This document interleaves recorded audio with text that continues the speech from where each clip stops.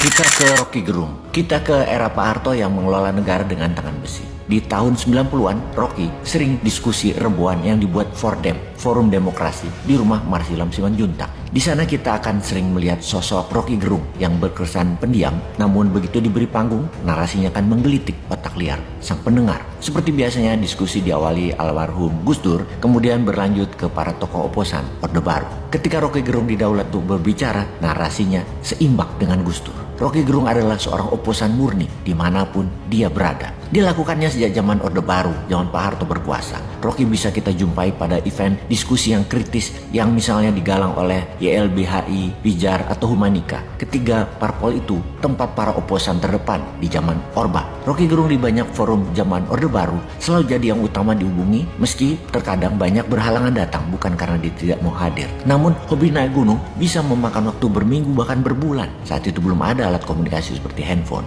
Diskusi-diskusi pada rezim SBY bersama elemen buruh, mahasiswa, tani, nelayan, dan lain sebagainya sering dilakukan demo besar selama SBY berkuasa. Misalnya Mei 2008 menentang kenaikan BBM, ada Rocky Gerung. Zaman itu seakan tiada hari tanpa demonstrasi, dari soal BLBI, kenaikan BBM, Century Gate, dan lain sebagainya. Diskusi rutin di banyak tempat. Jika hadir Rocky Gerung, selalu dia jadi pembicara favorit. Jadi kawan-kawan aktivis tahu persis kritisme Rocky Gerung itu sudah sekian berganti orde. Selama itu pula sosok Rocky Gerung tak pernah berubah, bersahaja, sederhana, dan selalu tajam. Saat ini Rocky Gerung tajam menyoroti ketidakberesan pengelola negara. Rocky pernah ikut kuliah di 4 fakultas seperti fisika, ekonomi, politik, dan filsafat. Semuanya memang tidak diselesaikannya, tapi istimewanya beliau 15 tahun mengajar di Fakultas Sastra dan Budaya jurusan filsafat Universitas Indonesia, kampus terkemuka. Sangat langka sebagai dosen di UI, apalagi beliau tidak pernah mengambil gaji atau honorarium. Rocky Gerung tiap zaman atau orde memang seperti itu adanya.